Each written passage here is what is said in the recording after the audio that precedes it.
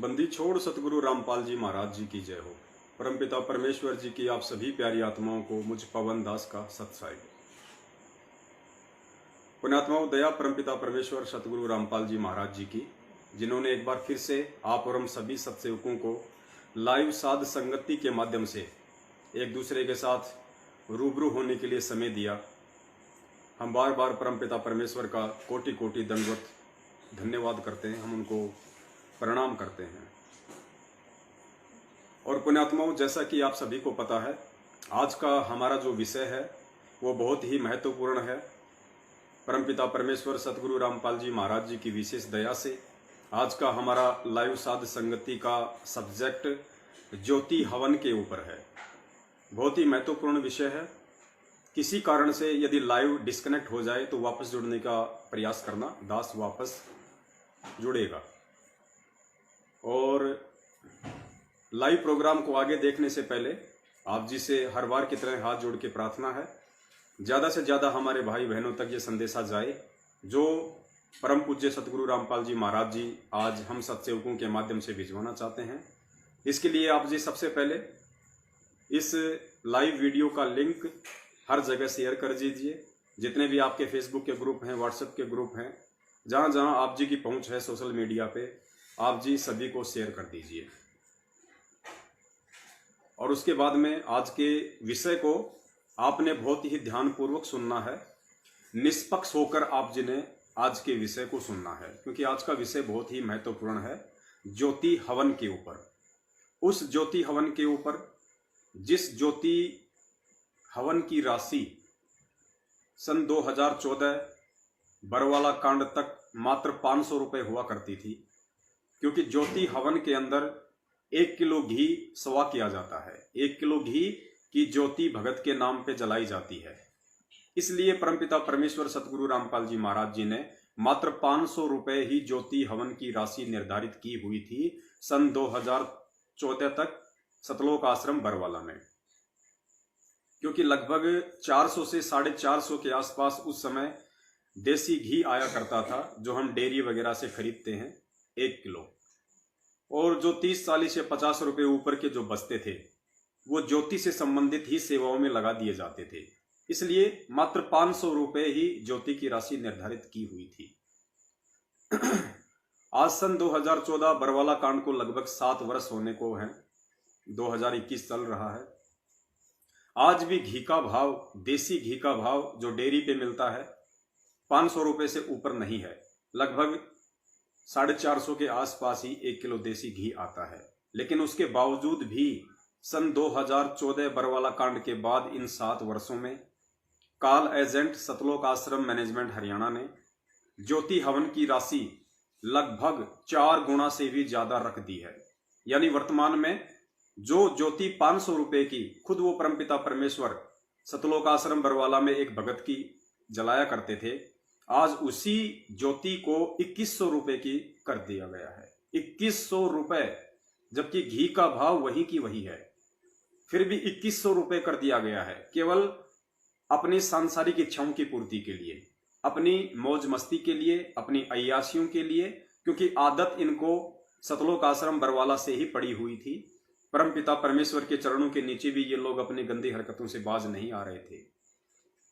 काफी बार इनको परमपिता परमेश्वर ने समझाया, धमकाया, आश्रम से बाहर भी किया, लेकिन एक परमेश्वर की वाणी है कि काल को जीव कहीं नहीं माने, कोट सने जो ज्ञाना, जैसे लाख अग्नि के माही और बिछुड़ते काट समाना। आज भी और पहले के समय में भी माता बहनें जो हाथ में चूड़ियां पहनती थी वो एक धातु होती थी, लाख, उसकी बनती थी। वो डामर जैसी होती थी। उसको जैसे हम लोग आग में रखते हैं या आग के पास लेके, जब वो चूड़ी बनाने वाला जो मणियार होता था वो लेके जाता था तो वो पिघलने लग जाता था, और जैसे उसको आग से दूर किया वो बिल्कुल पत्थर की तरह कठोर हो जाता था। तो इसलिए परमात्मा ने ये वाणी कही है उन काल प्रेरित लोगों के लिए जो सतगुरु के पास रहते हैं। तब तक तो बड़े भगत दिखाई देते हैं, बड़े शालीन दिखाई देते हैं, लेकिन जैसे ही कुछ समय के लिए उस परमपिता परमेश्वर से दूर होते हैं, अपने गुरु की नजरों से दूर होते हैं, या फिर शारीरिक रूप से जब वो गुरु से दूर हो जाते हैं, तो अपना वास्तविक जो उनका स्वभाव है, जो काल प्रेरित है, उसको वो जग जाहिर कर देते हैं। इसलिए परमेश्वर कहते हैं कि काल का जीव कहीं नहीं माने, कोट सुने जो ज्ञाना, यानी जो काल प्रेरित आत्मा होगी, जो काल का भेजा हुआ एजेंट होगा, वो सतगुरु के ज्ञान को कहीं नहीं मानेगा, उस पर बिल्कुल भी असर नहीं होगा उस ज्ञान का, चाहे वो कितने ही वर्ष तक गुरु की जो है मतलब शरण में रहे या वो सतगुरु का ज्ञान सुनता रहे। काल का जीव कहीं नहीं माने, कोट सुने जो ज्ञाना, और जैसे लाख अग्नि के माही और बिछुड़ते काट समाना, बिल्कुल टाइट हो जाता है अग्नि से दूर होते ही। तो ये अपनी जो गंदी हरकतें हैं सतलोक आश्रम मैनेजमेंट हरियाणा वालों की, जिनमें परमपिता परमेश्वर सतगुरु रामपाल जी महाराज जी का पूरा परिवार भी शामिल है, उनके बेटे बेटियां भाई बंधु रिश्तेदार सब लोग शामिल हैं, और जितने भी स्टेट कोऑर्डिनेटर हैं वो भी उस समय इन्हीं का अनुसरण अधिक किया करते थे, ना कि परमपिता परमेश्वर सतगुरु रामपाल जी महाराज जी और उनके सतज्ञान का। और यही कारण था कि जिस व्यक्ति ने सतलोक आश्रम बरवाला में, जो एक छोटा आश्रम था पहले दौलतपुरा रोड पे, एक बलजीत नाम का व्यक्ति था जिसने 2005 में उस आश्रम को दान किया था, उसका जो लड़का था जिसका नाम था अनिल लहरी, अनिल लहरी को सतलोक आश्रम बरवाला में मुख्य सेवादारों ने, क्योंकि उसकी अंदर तक उसकी पहुंच थी, भाई जिसके बाप ने छोटा आश्रम गुरुजी को दान कर रखा हो सत्संग के लिए, उसके परिवार को कौन रोक दे आने जाने से, क्योंकि आश्रम में तो पूरी तरह से परमपिता परमेश्वर के ज्ञान विरुद्ध भाई भतीजावाद जन्म ले चुका था। आम व्यक्ति आम भगत की वहां पे कोई पहुंच नहीं थी, उनको किसी भी प्रकार की कोई इज्जत कोई तवज्जो नहीं दी जाती थी, उन्हें केवल भेड़ बकरियां ही समझा जाता था।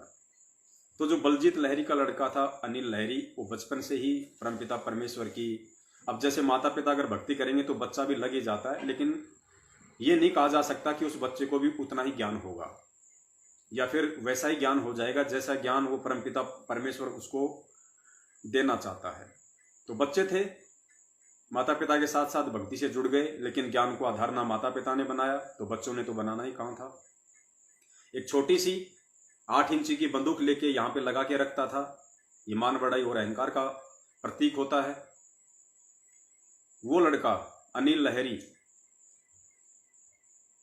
भक्तों के द्वारा जो ज्योति पाठ और दान सतलोक आश्रम बरवाला में दिया जाता था उसमें बहुत ज्यादा हेराफेरी किया करता था, और वो अकेला नहीं बहुत सारे लोग किया करते थे, लेकिन ओपन वो हो गया। 2 से 3 बार सतलोक आश्रम बरवाला के मुख्य गेट सेवादारों ने आश्रम से चोरी करके ले जाते हुए उसको पकड़ा और उसको परमपिता परमेश्वर सतगुरु रामपाल जी महाराज जी के सामने पेश किया कि गुरुदेव, ये जो अनिल लहरी है ये चोरियां करता है, और देखिए अभी इसकी जेब से हमने इतने पैसे बरामद किए हैं। परमेश्वर ने धमकाया, समझाया। काफी बार जब ये हो गया तो अनिल लहरी का जो पिता है बलजीत लहरी, वो परमपिता परमेश्वर सतगुरु रामपाल जी महाराज जी के पास में 2-4 लाख रुपए लेके गया और गुरुदेव को दिए। तो गुरुदेव ने कहा कि बेटा ये किस लिए, मालिक तो अंतर्यामी थे। तो उसने कहा कि जी वो लड़के ने थोड़ा हेरा फेरी सी की हुई है। तो परमपिता परमेश्वर ने कहा कि बेटा इन पैसों को अपनी जेब में रख, 2-4 लाख क्या दिखा रहा है, तेरे से तो कई लाख का हिसाब लेना है। यानी गुरुदेव के कहने का मतलब ये था कि आश्रम से खाली 2-4 लाख ही नहीं, करोड़ों रुपये लोगों ने अपने ऐसो आराम में चुराए हैं, बर्बाद किए हैं। तो पुण्यात्मा जाहिर सी बात है, जब परमपिता परमेश्वर सतगुरु रामपाल जी महाराज जी के आंखों के नीचे जब ऐसे कुकर्म वहां पे होने शुरू हो गए थे, तो भक्तों को वो लाभ कहाँ मिलने थे जो लाभ उस परमपिता परमेश्वर के भक्ति विधान में, उनके संविधान में थे। बहुत सारी वहां पे त्रुटियां होने लगी थी, माता बहनों पे भी मुख्य सेवादारों के द्वारा कुदृष्टि डाली जाने लगी थी, आश्रम में भी कुक्रम शुरू हो चुके थे। क्योंकि दास बार बार कहता है कि इस परमेश्वर को समझना बच्चों का खेल नहीं है, इस परमेश्वर को समझना, इस सतगुरु को समझना, इनकी भक्ति को समझना, ये अपने पिछले जन्म के संस्कारों का खेल है। कोई ये सोचे कि मैं वर्तमान में गुरुदेव के बहुत नजदीक रहा हूं, मैं काफी वर्षों से उनकी सेवा में रहा हूं, ये व्यक्ति तो गुरुदेव का बेटा है, बेटी है, भाई बंधु है, रिश्तेदार है, जवाई है, रिश्ते नातों से ये ज्ञान और भक्ति मार्ग समझ में नहीं आता है। ये भक्ति मार्ग तो युगों युगों के जो उस परमपिता परमेश्वर के भक्ति के पहलवान होते हैं वही समझ पाते हैं। और परमेश्वर ने अपनी वाणी में भी कहा है कि साधु सेती मस्करी, चोरा नाल खुशाल, मल अखाड़ा जीतेंगे ये युगन युगन के माल। फिर परमात्मा ने धर्मदास जी, मीराबाई, नानक जी, मलुकदास जी, गीसा जी, इन सब का एग्जाम्पल भी दिया कि ये युगन युगन के माल थे, और पुण्यात्माओं आपने भी ऐसा ही बनना है। तो पुण्यात्माओं, इन सब बातों के मद्देनजर परमपिता परमेश्वर सतगुरु रामपाल जी महाराज जी ने अपने इस 2 कौड़ी के अदने से पवन दास को एक प्रेरणा की। काफी समय से परमात्मा अपनी प्रेरणा से दास को चला रहे हैं और वर्तमान का जो आदेश है सतगुरुदेव जी की अनुपस्थिति में, वो आदेश केवल ये प्रेरणा ही है। क्योंकि जब हम नित्य नियम पढ़ेंगे और नित्य नियम के अंत में एक वाणी आती है कि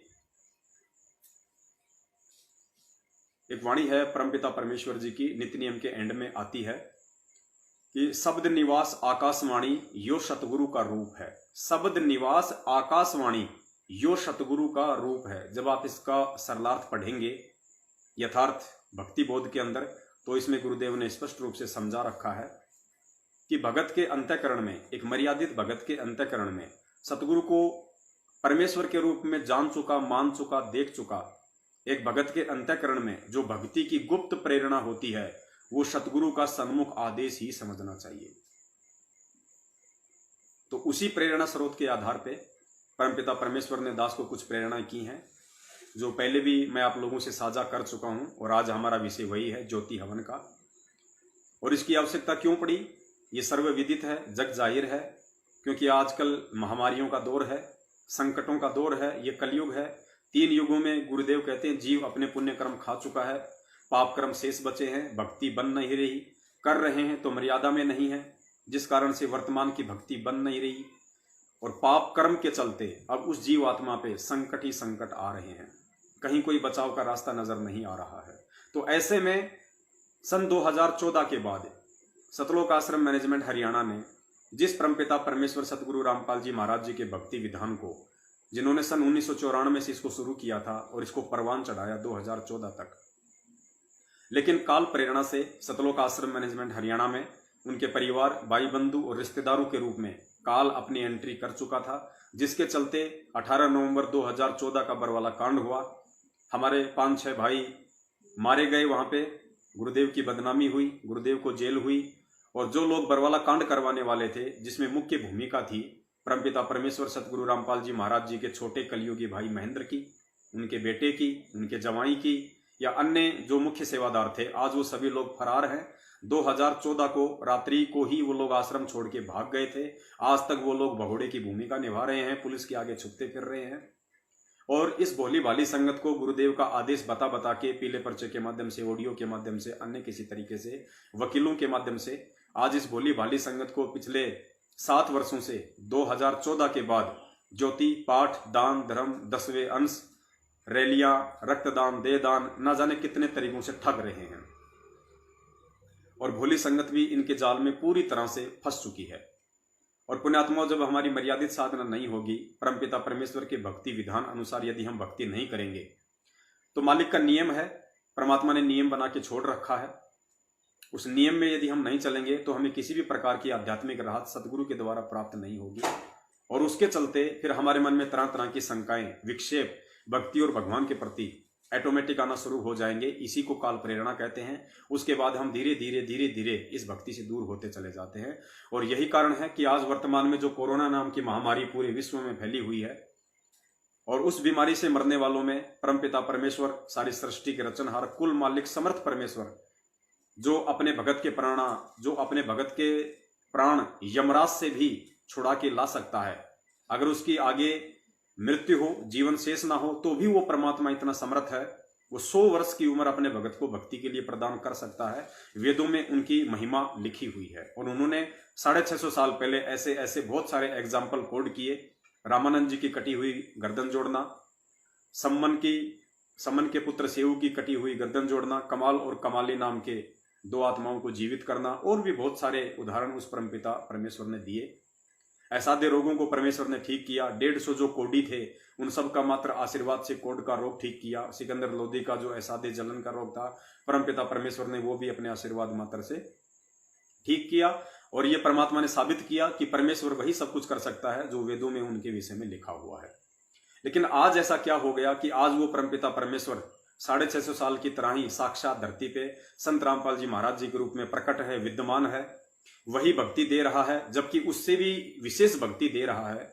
उस समय तो उस परमपिता परमेश्वर ने हमें जो प्रथम नाम भी दिया था, मात्र बीज के 5 ही मंत्र दिए थे, पूरे 7 मंत्र नहीं दिए थे। आज तो उन्होंने पूरा कोर्स हमें दे दिया है, मंत्रों का भी और ज्ञान का भी, और सारी विधि बता दी, 5 यज्ञ बता दिए, भक्ति कर्म बता दिए, सब शास्त्रों से उन्होंने प्रमाणित कर दिए। उसके बावजूद भी ऐसा क्या हो गया कि आज उसी परमपिता परमेश्वर सतगुरु रामपाल जी महाराज जी के भक्तों की, जिनको सार नाम तक जिनको प्राप्त है, आज कोरोना काल में वो भी भक्तिहीन प्राणियों की तरह, जगत वालों की तरह महामारियों से मर रहे हैं, बीमारी से मर रहे हैं, अस्पतालों में जाके तड़प तड़प के दम तोड़ रहे हैं, एक्सीडेंट होके मर रहे हैं, फांसी खा के मर रहे हैं, ट्रेन के आगे कूद के मर रहे हैं, जहर खा के मर रहे हैं सारनामी लोग। ऐसा सब कुछ क्यों? भगत समाज तो ज्योतियां भी करवा रहा है, भगत समाज तो पाठ प्रकाश के पैसे भी जमा करवा रहा है। इन लोगों के द्वारा फर्जी आश्रमों में जो इन्होंने परमपिता परमेश्वर सतगुरु रामपाल जी महाराज जी की आड़ में दिल्ली के मुंडका में, रोहतक के सिंहपुरा में, जिंद, भिवानी, बैतूल, बहुत सारी जगहों में इन्होंने आश्रम भी खोल रखे हैं। वहां पे इन लोगों ने पाठ प्रकाश भी शुरू कर रखे हैं। तो भगत समाज पाठ प्रकाश के पैसे जमा करवा रहा है, ये कुपात्र लोग पाठ प्रकाश भी शुरू कर चुके हैं। भगत समाज ज्योति हवन के पैसे इनको 2100 रुपए के रूप में दान कर रहा है, इनके नाम की ज्योतियां भी जलाई जा रही हैं। 10वें अंश का पैसा भी भगत समाज इनको पात्रों को दे रहा है, दान का पैसा भी इनको दे रहा है। जैसा ये लोग एक उंगली पे ज्ञान विरुद्ध नाच भगत आत्माओं को नचा रहे हैं, वो बेचारे नाच भी रहे हैं। उसके बावजूद भी उन सभी आत्माओं को परमपिता परमेश्वर सतगुरु रामपाल जी महाराज जी की तरफ से किसी भी प्रकार का आध्यात्मिक लाभ क्यों नहीं मिल रहा है? क्यों बीमारियों से उनकी मौत हो रही है? जबकि सतगुरु रामपाल जी महाराज जी ने तो स्पष्ट चैलेंज देके कहा हुआ है कि जो मेरी भक्ति करेगा, जो कबीर परमेश्वर की भक्ति करेगा, उस आत्मा की बीमारी से मौत नहीं हो सकती। स्पष्ट तौर पे गुरुदेव ने हजरत मोहम्मद जी, जो कि मुस्लिम धर्म के अंतिम पैगंबर माने जाते हैं, उनका उदाहरण देकर बताया कि 63 साल की उम्र में हजरत मोहम्मद साहब का किस प्रकार से एक बीमारी के चलते तड़प तड़प के उनकी मौत हुई। फिर गुरुजी ने बताया कि इनके पास में सत भक्ति नहीं थी, ये अल्लाहु अकबर की भक्ति नहीं कर रहे थे, ये शैतान की इबादत कर रहे थे। क्योंकि जो व्यक्ति अल्लाहु अकबर की भक्ति करेगा, इबादत करेगा, उस व्यक्ति की इस तरह से बीमारी से मौत नहीं हो सकती जो एक भक्तिहीन और जगत वाले व्यक्ति की होती है। तो ये बातें आज संत रामपाल जी महाराज जी के भक्तों के ऊपर लागू क्यों हो रही हैं? उनके भगत क्यों अकाल मौत मर रहे हैं, क्यों बीमारी से दम तोड़ रहे हैं? जबकि उनका तो विधान है, रोज सन 1994 से वो पढ़ा रहे हैं हमें असुर निकंदन रमेणी के अंत में रक्षा मंत्र के माध्यम से कि सतगुरु शरण शरणाई, शरण गए कुछ भय नहीं व्यापे, रोग शोग छल छिद्र न व्यापे, सन्मुख ना ठहराई, जहर अग्नि तन निकट न आवे, दूरी जात रंगाई। परमेश्वर कहते हैं रोग शोग छल छिद्र न व्यापे, यानी जो भगत होगा, जो मर्यादा में रह के भक्ति कर रहा होगा, सतगुरु के आदेशों पे चल रहा होगा, उसके पास में रोग शोग छल छिद्र न व्यापे। रोग यानी रोग, बीमारी, महामारी, छद्र, तुमसे कोई धोखाबाजी करे, तुम पे कोई असर नहीं होगा, तुम्हारे को कोई हानि नहीं होगी, तुम्हारा कोई अहित, कोई बुरा नहीं होगा। रोग शोग छल छिद्र न व्यापे, सन्मुख ना ठहराई, जहर अग्नि तन निकट नहीं आवे, दूरी जात रंगाई। जहर और अग्नि परमपिता परमेश्वर सतगुरु रामपाल जी महाराज जी के सत भगत के पास निकट भी नहीं आ सकती है, हानि पहुंचाना तो बहुत दूर की बात है। इन सब के बावजूद, और ये वास्तविक भक्ति उन्होंने हमें दे दी, इस भक्ति के अलावा पूरे विश्व में, पूरी सृष्टि में अन्य कोई भक्ति नहीं है। जो भक्ति ब्रह्मा विष्णु महेश और दुर्गा जी को भी उपलब्ध नहीं है, वो भक्ति आज परमेश्वर ने आप और हमें दे दी है। उसके बावजूद भी ऐसा क्या हो रहा है, क्यों हो रहा है कि भगत लोग अकाल मौत मर रहे हैं? उनके घरों में संकट हैं, उनके घरों में रोग हैं, उनके घरों में लड़ाई झगड़े हैं, मार काट है, परेशानियां हैं, शांति नहीं है। पुण्यात्माओं, उसका केवल एक ही रीजन है, और उसी रीजन के ऊपर आज उस परमपिता परमेश्वर की प्रेरणा से आप और हम लाइव आए हैं। तो बहुत ही निष्पक्षता से, बहुत ही धैर्यपूर्वक आपने ये वीडियो सुनना है। आप एक भगत हैं, और भगत का प्रथम लक्षण परमात्मा ने बताया कि पक्षा पक्षी के कारण सब जग रहा भुलान। पक्षा पक्षी, पक्ष और विपक्ष के चलते पूरा जग एक दूसरे में उलझा हुआ है। या तो कोई किसी का पक्ष लेता है अपने स्वार्थ के लिए, या किसी के विपक्ष में खड़ा हो जाता है अपने स्वार्थ के लिए। लेकिन ये जो कबीर मार्ग है, ये पक्ष और विपक्ष से दूर है।